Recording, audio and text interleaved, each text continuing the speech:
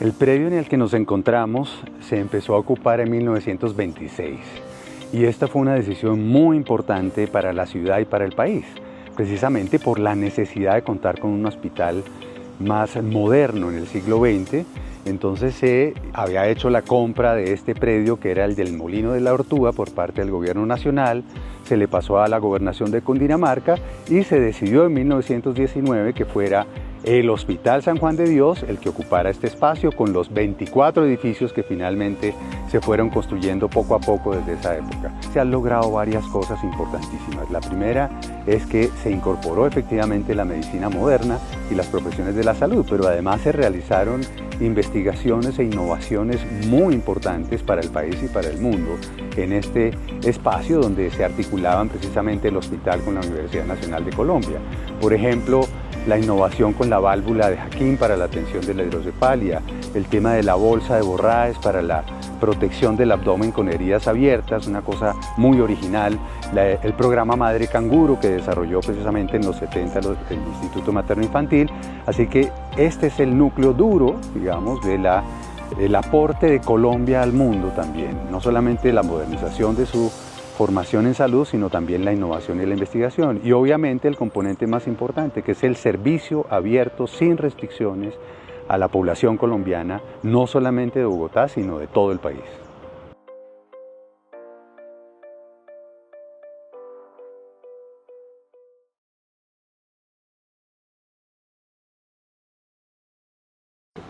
Bueno, la enfermedad de Fabry es una enfermedad, es una alteración que falta una enzima que degrada unos subproductos, los cuales se van depositando en los órganos, varios, y los van dañando de forma progresiva, ¿no? Es una enfermedad genética, eso significa que es heredada, que afecta predominantemente a hombres, pero se ha visto en el último tiempo que también puede haber afectación de mujeres, y que se caracteriza por tener un compromiso inicial del sistema nervioso central, sobre todo por ardor de manos y pies, que típicamente hizo parte en niños de 6, 7 años, y que si no se da un tratamiento efectivo, progresivamente puede ir dañando órganos vitales como el riñón, el corazón o el cerebro. En general, la consecuencia es, uno, en el caso, por ejemplo, de la parte nerviosa, es una condición que es muy limitante, porque hacer las manos y pies es muy importante, sobre todo en el trabajo diario, en el escribir, en esas cosas, se limita mucho por eso. Después, si tienes un compromiso renal, que empieza alrededor de los 20 años, si no se hace un tratamiento, eso a la larga va a hacer que los riñones dejen de funcionar en forma adecuada y potencialmente requiera un tratamiento de diálisis o trasplante, eso alrededor de los 45 o 50 años. En el caso del corazón, el corazón se va dañando y disfuncionando, y eso genera después mucha discapacidad de hacer ejercicio. Y en el caso de la parte del compromiso neurológico central, los pacientes hacen trombosis cerebrales a edades muy jóvenes, 35, 40 años, con posibles complicaciones, o sea, consecuencias como por ejemplo hemiplegia, que es que no se puede movilizar bien un lado del cuerpo. Al ser una enfermedad genética, son las familias y muchos de estos diagnósticos se hacen por pacientes que se encontró en forma tardía probablemente el diagnóstico y se fue a estudiar a los familiares, ¿ya? Pero me imagino yo que han de ser unos 30, 40 casos en Chile. La gran mayoría de los casos están en el norte, en la región de Coquimbo, hay casos en Arica, casos en Viña también, y acá en Santiago.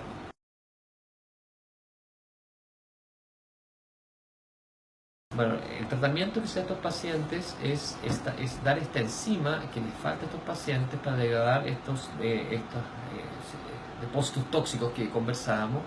Hay varias marcas comerciales hoy en día aprobadas. El tratamiento, como te comentaba, está inserto dentro de la ley Ricardo Soto, lo cual hace que sea financiado, porque es un tratamiento de muy alto costo, ¿ya? Estamos hablando de, no manejo la cifra exacta, pero alrededor de 5 o 6 millones de pesos mensuales por lo menos, ¿ya? Es un tratamiento que es una infusión endovenosa que se debe hacer cada 15 días y que el tiempo de infusión es alrededor de 1 hora y media, 2 horas, que no es necesario hospitalizarse y se puede hacer, como te digo, en forma ambulatoria.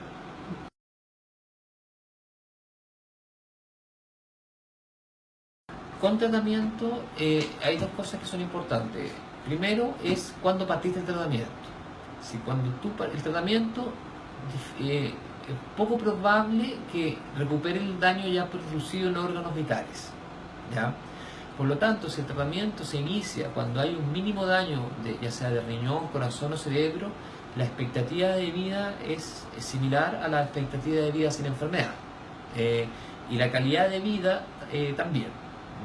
Ahora, si la infusión ya se inicia cuando hay un daño ya establecido, el tratamiento no va a revertir eso. Por ejemplo, si ya tiene un daño en el riñón, no va a recuperar la función del riñón. Básicamente va a ayudar a que se siga dañando, al igual que el corazón. Por lo tanto, la expectativa, si se parte precoz el tratamiento, es similar, pero tardíamente eso ya no es así.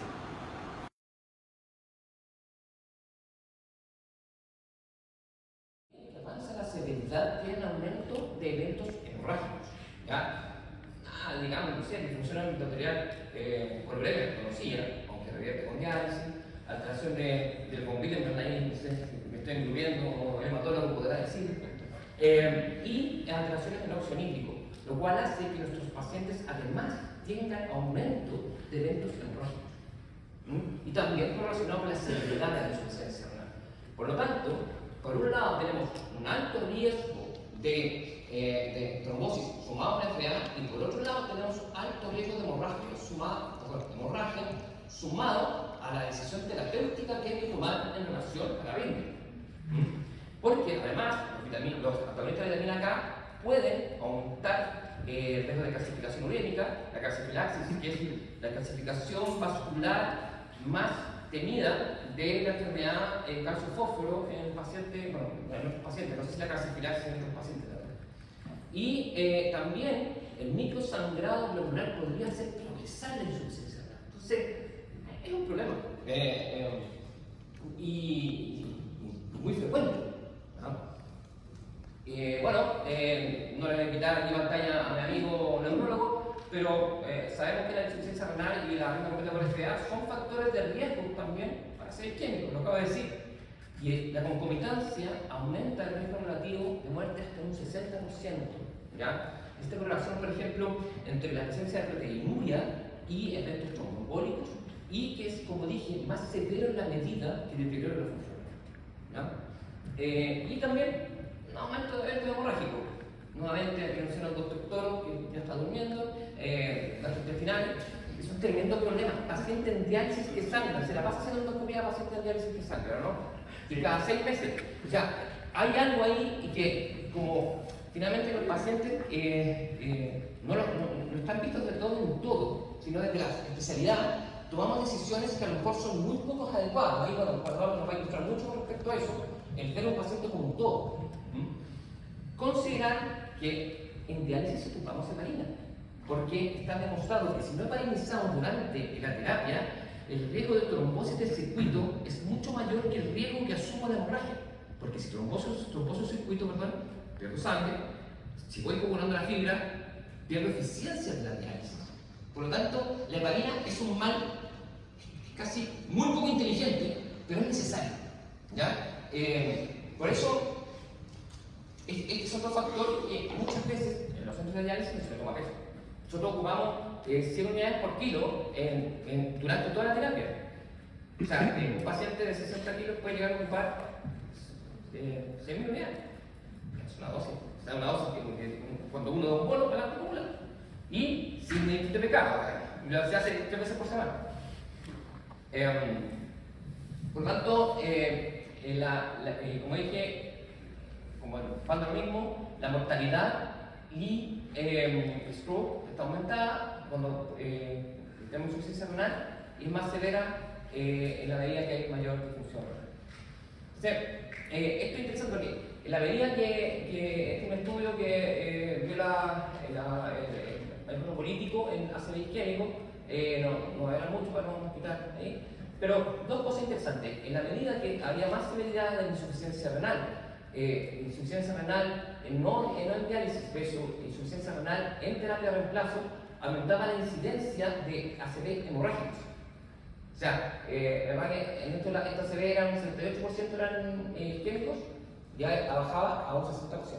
O sea, en la medida que tengo más severidad, sobre todo si en diálisis, hay más ACVs hemorrágicos que isquémicos. O sea, o mitad y mitad, digámoslo así, ¿no? Y la complicación asociada a la trombolisis es mayor en cuanto a sangrado, muerte y discapacidad. Por lo tanto, en la medida que progresa la insuficiencia renal, hacen más ACVs hemorrágicos que isquémicos, pero hacen más ACV en total, porque hay mayor riesgo isquémico. Por lo tanto, nuevamente, más problemas. Tengo que buscar una solución para esto. Esto es un estudio chico, para decirlo nomás, pero acá vieron la relación entre la mortalidad de los pacientes y si se morían más si tuvieran o tenían FA. No se morían más, a estudio corto, a poco seguimiento. Bueno, los pacientes en diálisis se mueren harto. Entonces, también hay que tener en consideración eso. Sí, la pregunta es: ¿hay que poblar a un paciente insuficiente renal crónico, sobre todo si está en diálisis, si tiene una FA? No existen estudios randomizados que validen el score porque lo primero que hacen en los estudios es descubrir a un paciente con insuficiencia renal. O sea, eso es casi como que de sobre todo en diálisis. Por lo tanto, el super-N de los cardiólogos se reducen mucho en nuestros pacientes. Los scores de riesgo trombótico lo consiguen insuficiencia renal si los hemorrágicos están con los sintomáticos. Ahora, cuando consideran la insuficiencia renal, es bien genérico, hay síntomas hablados más de 30, menos de 30. O sea, el riesgo hemorrágico en diálisis es mucho mayor que un paciente que tiene 30 medio minutos. Por lo tanto, eso no está como clarificado. Igual que el PT, el BIP, si han hecho el pool, no maneja mucho al inglés, también consideran insuficiencia renal con creatinina más de 1,2.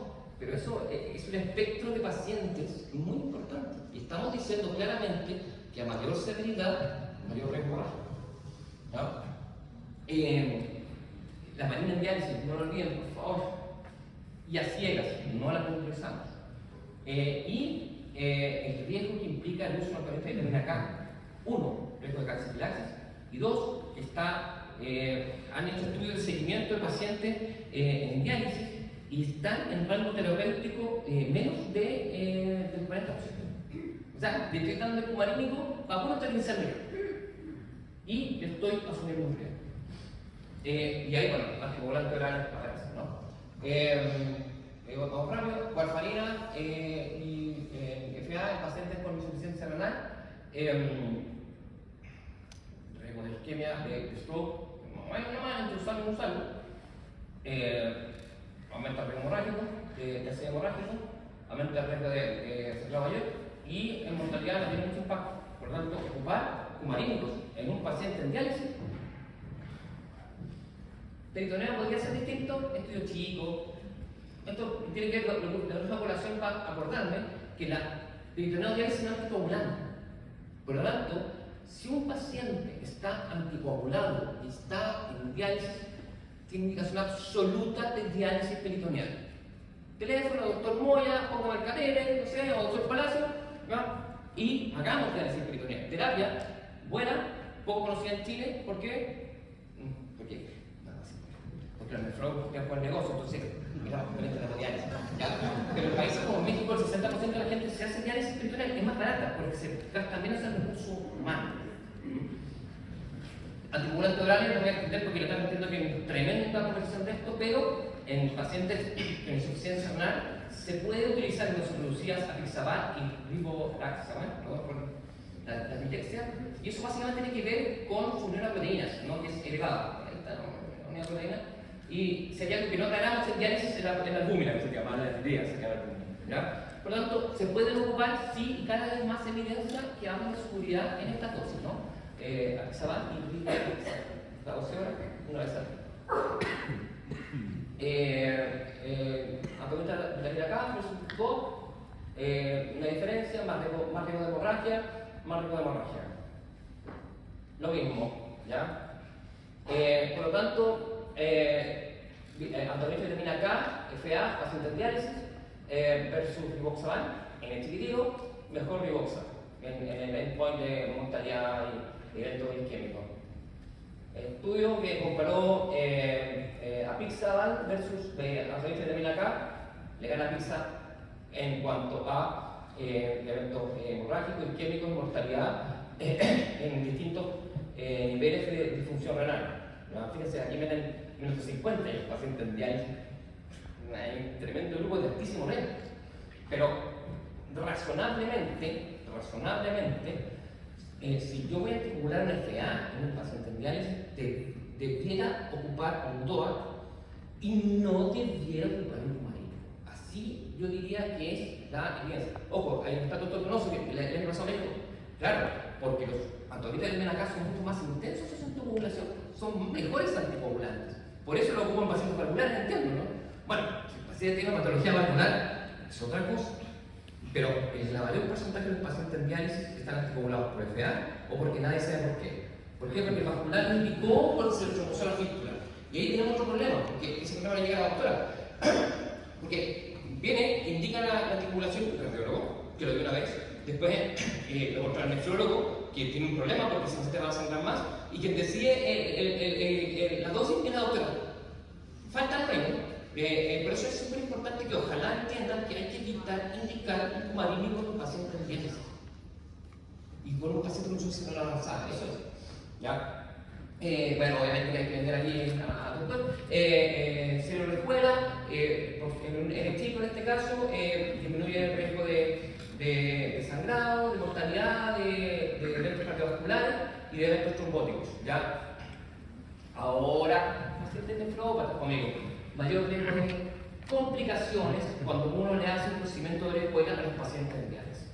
¿Ya? Mayor riesgo ¿cómo se llama? De stroke en el procedimiento, más riesgo de trombosis del dispositivo, mayor riesgo de sangrado, mayor riesgo de efección pericárdica y mayor riesgo de complicaciones vasculares. Por lo tanto, la elección del paciente que yo le voy a hacer el procedimiento de gel es fundamental. Porque finalmente, le dijeron mayor riesgo de sangrado, mayor riesgo de trombosis. Estos autores dijeron, oye, ocupemos este score. Pero a mí me pasa que si ya hizo una CB, ya perdí. Porque es una profilaxis secundaria y el paciente ya hizo una CB. O sea, no sé si es tan buena idea. ¿Ya? Y esto lo encontré muy interesante, que el paciente, bueno, con clínicas menos de 15 probablemente las guías comunes, ¿no? Entre 15 y 45, costo-beneficio, y si voy a ocupar, ocupo un DOAC. Y los pacientes que están en diálisis, no existe, es mi autorregulación, doctor, no existe evidencia de que existe un beneficio real en el anticoagular a un paciente que tenga una FA.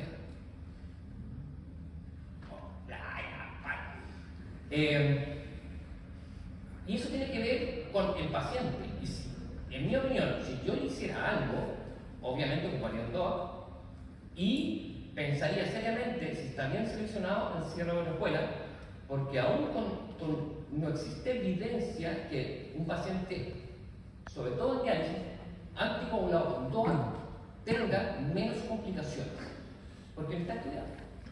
Pero pareciera ser que si lo anticoagulo se va a llevar hemorrágico, eso es probablemente que suceda. ¿Ya?